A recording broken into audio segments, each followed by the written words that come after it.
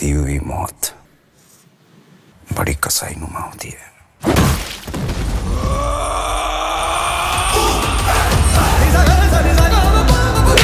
Action!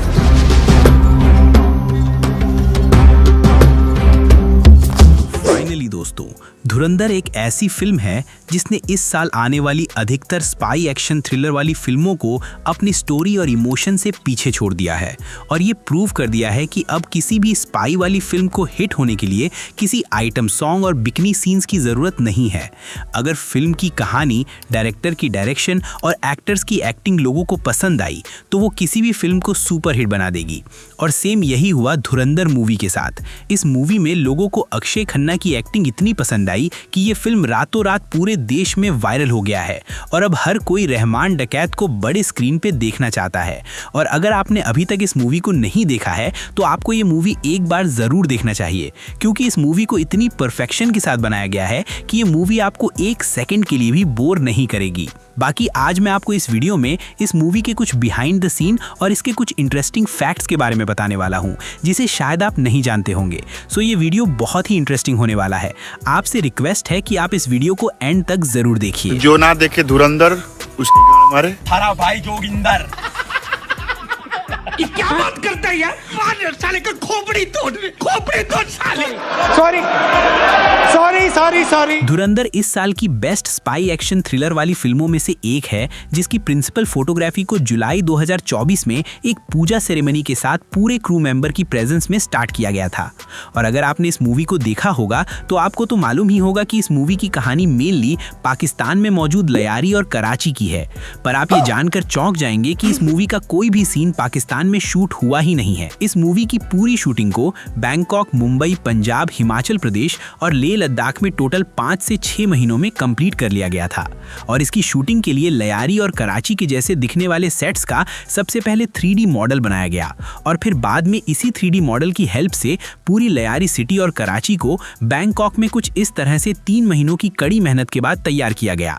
जैसा कि आप यहाँ पे देख सकते हैं कि कैसे इसके डिजाइनर छोटी सी छोटी डिटेल्स को बना रहे हैं। और इसमें जो हमें बड़े बड़े मांस के जो टुकड़े दिखाई देते हैं उसे कुछ इस तरह से फोम की हेल्प से बनाया गया था, जैसा कि आप यहाँ पे देख सकते हैं। जब रणबीर सिंह को पहली बार लयारी टाउन में दिखाया जाता है तो उन्हें एक वेवश, लाचार, गरीब और बेघर किस्म का दिखाया जाता है, जिसे अमृतसर की सड़कों पर कुछ इस तरह से शूट किया गया था। जैसा कि आप यहाँ पे देख सकते हैं कि इसके मेकर्स ने सिटी को छिपाने के लिए पर्दे का यूज किया है, पर फिर भी आप इसके पीछे मैकडॉनल्ड का शॉप देख सकते हैं। और फिर इसके बाद रणबीर सिंह यानी हमजा अली मजारी जूस की दुकान में काम करने लगता है और रहमान डकैत की गैंग में शामिल होने की कोशिश करता है। और जब रहमान डकैत के बेटे की मौत होती है तब पहली बार हमजा रहमान डकैत से मिलता है, यानी कि ये वाला सीन जिसमें हमें ये देखने को मिलता है कि रहमान डकैत को उसकी बीवी जोर से एक थप्पड़ मारती है, जो कि इस मूवी में बेहद ही इमोशनल और इम्पोर्टेंट सीन था। पर इस सीन को शूट करते टाइम अक्षय खन्ना यानी रहमान डकैत को सिर्फ एक थप्पड़ नहीं बल्कि टोटल 7 थप्पड़ खाना पड़ा था, क्योंकि जब इनको थप्पड़ पड़ती थी तो कोई न कोई एक्टर कभी हंस देता था तो कभी कोई और गलती कर देता था। और इस सीन को देखकर ऐसा लगता है कि अगर रणबीर सिंह अपनी हंसी को थोड़ी सी और कंट्रोल नहीं होती तो इनको 8वां थप्पड़ भी पड़ सकता था, क्योंकि आप रणबीर सिंह को देख सकते हैं कि ये अपनी हंसी को किस तरह से कंट्रोल कर रहे हैं।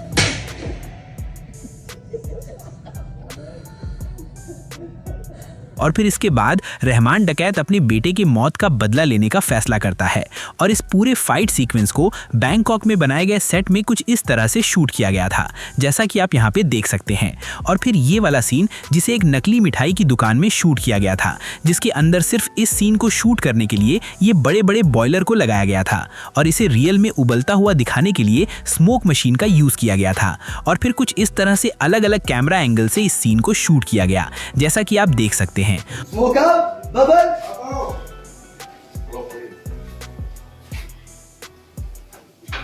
And action.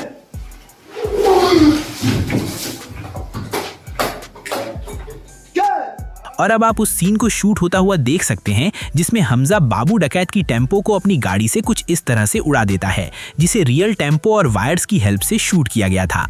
और फिर आपने ये नाइट क्लब वाला सीन तो देखा ही होगा, जिसमें हमजा और यलीना का कुछ पुलिस वाले पीछा करने लगते हैं, जिसे चंडीगढ़ के क्लब में ही और रोज गार्डन एरिया के आसपास कुछ इस तरह से शूट किया गया था। और इस वाटर पाइपलाइन इनॉग्रेशन वाले सीन को भी चंडीगढ़ में ही सुखना झील पे कुछ इस तरह से शूट किया गया था। और अब आप उस सीन को शूट होता हुआ देख सकते हैं जहां रहमान डकैत अपनी पहली डील के लिए आते हैं, जिसे इस मूवी में बलोच यूनाइटेड फोर्स का कैंप दिखाया गया है। पर इस सीन को लेह लद्दाख के 13,000 ऊंचाई वाले जगह पे शूट किया गया था।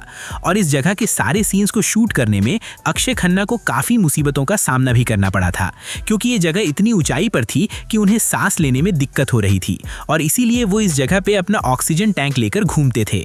और फिर जब इनका ये मोस्ट वायरल और आइकॉनिक सीन शूट करने की बारी आई, यानी ये वाला सीन, तो उन्होंने इस सीन को एक ही टेक में कंप्लीट कर लिया था। और जिस डांस स्टेप के कारण ये बॉबी देओल को भी पीछे छोड़ दिए हैं और अब हर तरफ बस इसी डांस हुक स्टेप की बातें हो रही हैं, इसे किसी ने कोरियोग्राफ नहीं बल्कि अक्षय खन्ना ने खुद से क्रिएट किया था। और इस सीन में जितने भी बलोच आर्मी दिखाई देते हो वो सिर्फ 25 से 30 साल के जूनियर एक्टर्स थे, जिन्हें कुछ इस तरह से हैवी मेकअप करके कुछ इस तरह के बलोच आर्मी में कन्वर्ट किया गया था। इस मूवी में जितना जोरदार काम रहमान डकैत यानी अक्षय खन्ना ने किया है, उतना ही जोरदार काम एसपी चौधरी असलम यानी कि संजय दत्त ने किया है। और इस मूवी में सिर्फ ये एक ही आदमी है जिससे रहमान डकैत भी डरता था। और यहाँ पे आप उस ब्रिज वाले सीन देख सकते हैं जिसमें एसपी चौधरी असलम रहमान डकैत को गिरफ्तार कर लेता है।